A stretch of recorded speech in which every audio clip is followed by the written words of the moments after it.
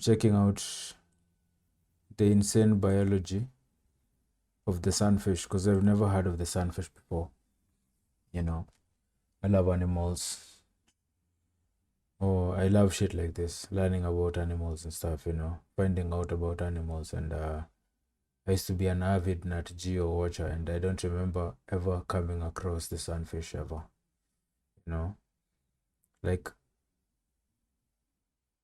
yeah, yeah, I used to be a Nat Geo nut, man. I love the weirdness of animals. So let's see what's so crazy about the sunfish. I remember the first time I ever saw a picture of an ocean sunfish on the cover of a Nat Geo magazine or something like that. I was probably 8 years old, and I distinctly remember thinking, why would they put a picture of a half-eaten fish on the cover of their magazine? And I am clearly not the only one who can't comprehend what they're looking at. I don't know what this is, but Jay says it's a big sea turtle. Look, it's a baby whale, man. Holy yeah, witnessing a baby whale right here, dude. This disembodied swimming head looks like the biggest joke played on Earth. It's often seen just sort of flopping around at the surface. And getting stuck at the surface seems inevitable for a fish that has no pelvic fins and a back fin that never grows, but instead folds in on itself forever. And for a fish that looks basically immobile, it somehow gets absolutely enormous.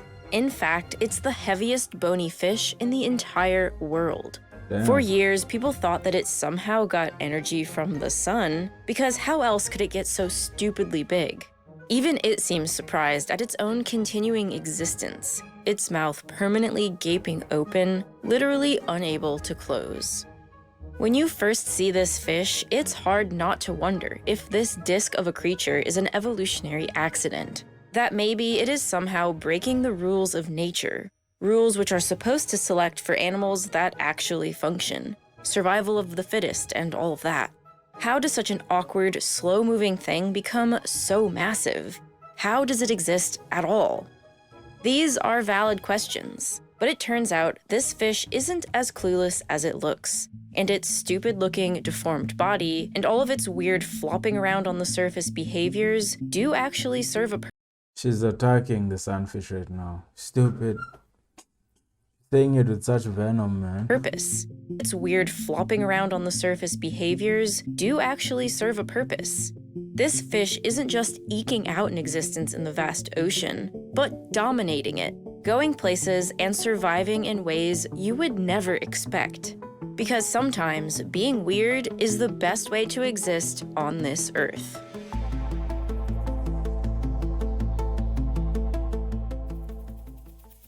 Sunfish belong to the family Mollidae, and they're related to pufferfish, triggerfish, and boxfish. They're found worldwide in the open ocean of tropical and temperate seas.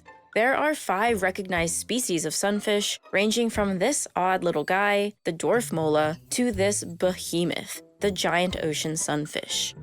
The largest one ever discovered was 6,050 pounds, or 2,750 kilograms, as heavy as a large SUV, and was 3.25 meters long and 3.6 meters tall. Yo. That's crazy. That's crazy because when she mentioned earlier that it's the heaviest bony fish in the world. Dude, I get it now. It's definitely weird. It definitely has the size factor going because the bigger you are, the weirder. The bigger you are, the weirder. The smaller you are, the weirder. Both extremes. This thing is massive, man. I was picturing something the size of maybe like this is bigger than, I feel like it's bigger than a shark, maybe. This thing is huge. Huge. Like, it's insane. This would freak you out, man. Like, if you're a fisherman, like, the first person to run into this fish thought they were tripping. Or they definitely thought they were seeing something supernatural or something crazy like that, some monster, some mutant thing. I bet if you study the history of this fish, at some point you'll see that it's been kind of persecuted for its looks. That is a scare. Not even scary. It's just like it's creepy. It's what the fuck is that, man? Tall, and was 3.25 meters long and 3.6 meters tall. And though they might look ancient, prehistoric, or basically not of this world or dimension, they're actually evolutionary newcomers to our planet. The very first fish on Earth emerged over 500 million years ago, but the Molidae family emerged only 50 million years ago. In fact, molas are thought to be one of the most recent fish to appear in the sea. The first thing anyone notices about a mola is that it seems to be missing half its body. Its spine is indeed truncated, and it doesn't even have ribs. Its back fin decides to never grow, but rather it folds in on itself indefinitely. This creates a lumpy round section at the back of the body called a clavus. It's also missing its pelvic fin, and its pectoral fins are small and rounded. The massive fin. So because of its shape, it's adapted to swimming on its side, kind of flat on its side, because of the way it's shaped. It can make that shape work for it. It's like that's how stingrays are shaped. They are flat like that. That's funny, man. Interesting. Because one of its eyes would be in the water. That's evolution for you, man. It knows how to swim on its side. The thing I've never understood is crabs. I've never understood how walking sideways is. I feel like evolution keeps getting crabs wrong. But I feel like I saw somewhere that everything is evolving into crabs. Was it something? I saw something about everything keeps evolving into crabs. I feel like crabs have been fucked over so much, Those two giant arms, and then they're just too big. They're too big. They're too big. You have to walk sideways. Crabs are just, their design is a mess. Fin section at the back of the body called a clavus. It's also missing its pelvic fin, and its pectoral fins are small and rounded. The massive fins you do see are oversized dorsal and anal fins. But what's perhaps the most surprising thing about the mola is that it doesn't have any axial muscles. In normal fish, the axial muscles go down the length of the body and are used to flex the body laterally, and the undulation powers forward swimming. So without these seemingly essential muscles, how does the sunfish even Look at that thing, man. move? Ugh. Without these seemingly essential muscles, how does the sunfish even move? Instead of axial muscles flexing the body laterally, the sunfish has enlarged muscles around its dorsal and anal fins. These massive fins flap simultaneously, propelling the sunfish forward, while its body remains almost completely rigid. The fins direct water flow over them and produce lift-based thrust forces. The leading edge of the fin is rounded and the trailing edge is tapered, and both fins on an individual are the same size. These fins are literally just wings, although vertical ones. This is extremely interesting from an evolutionary standpoint. These two fins originally evolved in fish for a completely different purpose. And in almost all other fish, these fins are asymmetrical. The sunfish co-opted these body parts to create a different method of propulsion in an incredible case of convergent evolution with other underwater flyers, animals with which it shares little evolutionary history, like manta rays, turtles, or even penguins. In fact, the acceleration signatures recorded from ocean sunfish are remarkably similar to free-swimming penguins. And although the sunfish fin structures are similar to other ocean flyers, sunfish are the only aquatic vertebrate with its wings in a vertical orientation like this. In fact, I can't find any animal at all with wings in this configuration. As it flaps its wings, it oscillates its tiny pectoral fins for balance, and its lumpy, weird clavis acts as a simple rudder. Is this all very weird? Yes. But does it work? Also yes. Adult sunfish cruise at around 3 kilometers per hour, which isn't exactly fast, but it works. And it works quite efficiently. Because their fins are so big, they don't have to move fast to create a lot of thrust. On top of this, their skin is not like normal fish skin. It doesn't have scales, and instead, the fish is covered by a thick hypodermis. It's inflexible and rubbery, and also greasy, and it's made up of a meshwork of collagen and elastin. Their body is so rigid that it decreases drag. And in fact, this layer is so stiff that it's considered to be an exoskeleton, even protecting them from predators like sharks, sea lions, and orcas, although not entirely. The combination of high aspect ratio fins and minimal body movements help the sunfish be efficient, but it doesn't really explain why the sunfish moves so slowly. If anything, this should help the sunfish cruise around quickly, like tuna, who are cruising specialists and also have large fins and a somewhat rigid body. But there is one major difference between these two fish, besides the obvious anatomical differences. Bluefin tuna can maintain a core body temperature of 24 to 35 degrees Celsius, even in water as cold as 6 degrees Celsius. The ocean sunfish cannot elevate its body temperature because it's ectothermic. Endothermic tuna and sharks can move much faster, but at a cost. It takes a lot of energy to maintain a warm body temperature in a cold ocean. So you might think that the sunfish must then hang around in shallow, warm waters to try to stay somewhat warm. And they usually do. Sunfish are most often found in water warmer than 12 degrees Celsius, because prolonged periods spent in water at temperatures of 12 degrees Celsius or lower can lead to disorientation and even death. But the sunfish, as we've learned, ain't no rule follower. They often go deep, sometimes really deep, all the way down into the midnight zone, over 1,000 meters down. Here, the water is just 4 degrees Celsius. What the heck are these slow, cold-blooded creatures doing down there? To find out, researchers invented the Molacam. They didn't call it that, but I'm calling it that. This device contained a camera, a light, an accelerometer, a satellite transmitter, and a thermometer that could read the temperature of the water and the temperature inside the fish. With this, the scientists could see what the fish was eating, where it was going, including how fast and how deep. And they found that these fish were going so deep in order to forage, specifically to forage gelatinous plankton, mostly deep water siphonophores. During these dives, their body temperature would drop from 20 to 12 degrees Celsius, a dangerously cold temperature. Why take such a risk? What's wrong with eating prey in shallow water?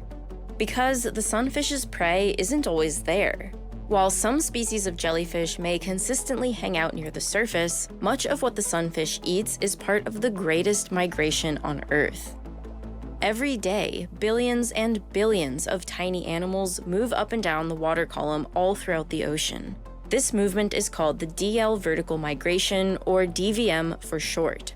It's thought that these animals swim up to food-rich surface waters at night to feed when light is scarce and they're harder for predators to see, and then return to the depths before the sun rises.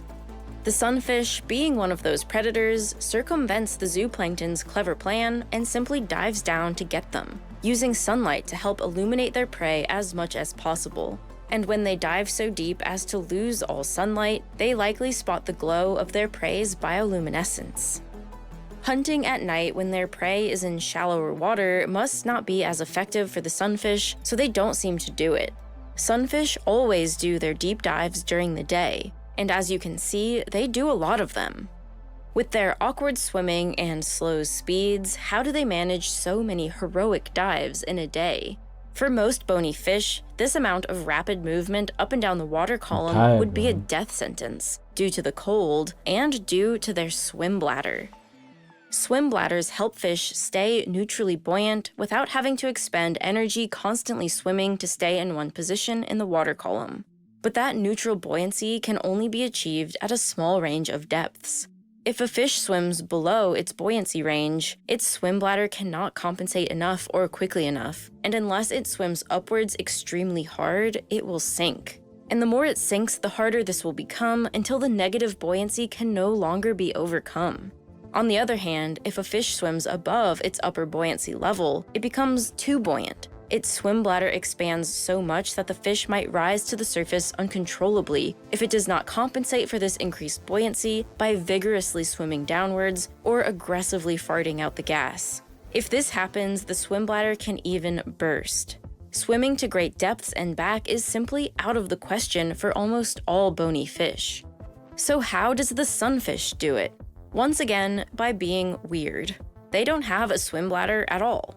Instead, their weird, dense bodies keep them neutrally buoyant no matter what depth they're at. This is largely thanks to their hypodermis, their stiff, gelatinous exoskeleton. While a sunfish's skeleton and muscles are negatively buoyant, their hypodermis tissue is positively buoyant and incompressible.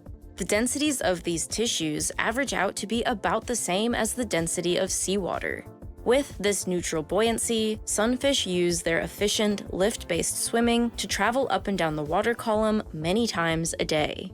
And repeated surfacing after their deep dives is crucial, because this is how they warm themselves back up. When people see sunfish from their boats flopping around at the surface, they aren't stuck there or confused despite how it looks. This is in fact a type of behavioral thermoregulation. Basking in the sun warms their body back up and readies them for their next deep dive. This is also how they got the name sunfish. Their large surface area helps them absorb more heat and helps them float at the surface without using up energy. And the bigger the sunfish, the more heat it can retain, allowing it to dive even deeper and for longer. The biggest sunfish are indeed the deepest divers. Being enormous also comes with some other serious benefits in the open ocean. Because when you're a fish and it's time to lay your eggs, it's a guarantee that many, if not most of them, will be immediately gobbled up by your hungry neighbors. Rather than be sad about this, the mola says, "I dare you to eat all of these eggs," and squirts out more. Sad about this, the mola says, "I dare you to eat all of Finish to the fucking day. these eggs," and squirts out more eggs than any vertebrate in the world, made possible by having enormous bodies with enormous ovaries. To give some perspective here, the beluga sturgeon, one of the largest bony fishes, lays up to 7 million eggs in a year. Bluefin tuna, another of the larger bony fish, can lay up to 30 million eggs. But this doesn't even come close to what the ocean sunfish can lay. A 1921 report stated a single 1.5 meter female mola mola was estimated to be carrying no fewer than 300 million ova. And more recently, a 2.2 meter female was examined and found to have between 875 million to 1 billion ova in different stages of reproduction inside of its ovaries. It's hard to even wrap your head around how many eggs this is. Mola release their eggs pelagically, as in they just squirt them out wherever, and then they are fertilized externally. But this has never been witnessed in the wild for any of the 5 species of mola. No one knows how many of these eggs survive and turn into full-blown molas. But with numbers this high, the odds have got to be pretty good. By necessity, these eggs are very small, and thus, mola growth is mind-blowing. For the 1/4 centimeter larva to grow to a 3 meters adult, it has to increase its mass by 60 million times.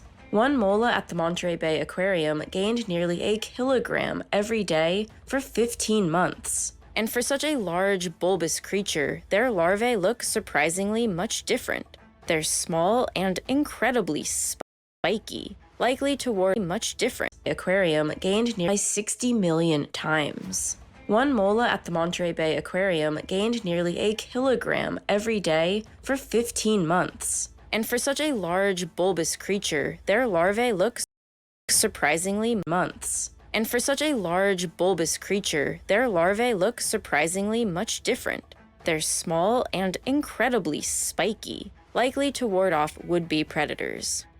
As easy as it is to joke about this weird and lumpy fish, digging into its adaptations reveals that being weird is sometimes the best survival strategy. It unlocks new ecological niches with better access to food and better chances of reproducing. And maybe that stupid look on its face is also an evolutionary adaptation to get everyone to underestimate it. Maybe the mola mola is the biggest hustler in the sea. Getting bamboozled by a big weird It's trolling. The sunfish is trolling everyone. It's like, fish is trolling pretty everyone. harmless and kind of funny. Getting bamboozled by the media is way less funny. If only all we had to worry about is the great debate about whether the mola mola That was nice, man. than that, and we have to worry about a lot of things. Student loans, the housing market, but also hundreds helpful. That up from over through the swipe time, which was it all half showed by media showing headlines way there's no chance. Check them out, man. It's a weird fish, man. You know, the size thing took me by surprise. You know, I didn't picture this fish being that big. It's insanely huge. Insanely huge. And rigid, you know, and bony. It's like, it's lumpy like an elephant. You know how elephants are lumpy? Like around the head, you can see the shape of the skull and everything like that. It's kind of like that, man. You can kind of like you know, it's a weird looking fish, man. It's a weird looking fish. Peace, man. Peace.